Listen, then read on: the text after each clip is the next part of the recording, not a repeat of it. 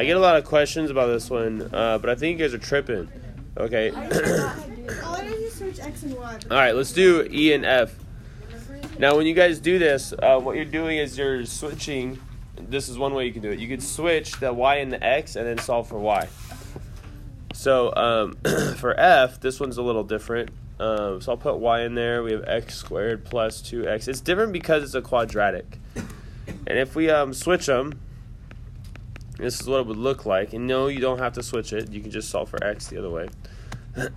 And then in order to get the Y alone, to only have one Y, we have to have a perfect square. Luckily, we do have a perfect square right here. If you didn't have a perfect square, you would have had to complete the square so that you guys can get the Y alone. But this is a perfect square. 1 times 1 gives me 1, and it also adds up to 2. So we get X plus 1. I'm sorry, not X. Y plus 1 to second power. And then to get Y alone, you would square root both sides. So you get plus or minus X, square root of X, and then you have Y plus 1. And now Y equals negative 1 plus or minus square root of X. And so what would F inverse be? It would be negative 1 plus or minus square root of X. Now what's the problem with this answer? It is not a function. Because if I plug an X value in here, I get 2 answers.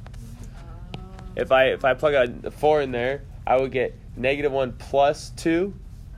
So that would be 1. And I would get negative 1 minus 2. And that would be negative 3. So because I get 2 answers, this is not a function. All right, so let's just recap. This is what we're looking for, right? This means the inverse of F. It means the opposite of F.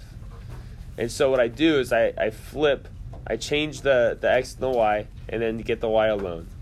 Because when I get the Y alone, I'm doing the opposite operations.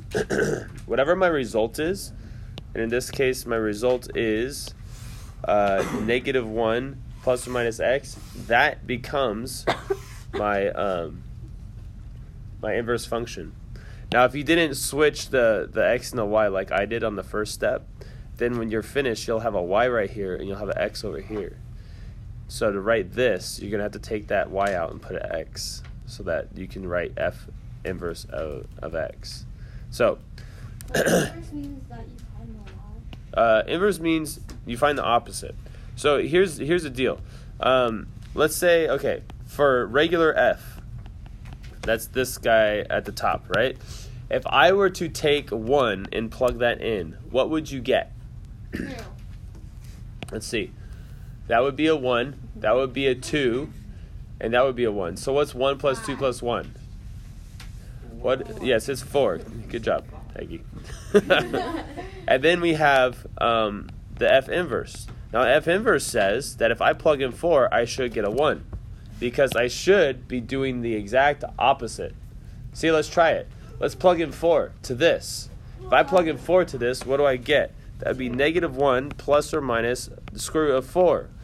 This is 2, right? And I get, actually I get 2 answers, right? I get negative 1 plus 2, which is 1. Negative 1 minus 2, which is negative 3. Okay, so actually 4 also gives me 4, it also gives me negative 3. But 4 does give me 1. So this is the inverse, but it's not a function. You can't call this an inverse function, but he is an inverse.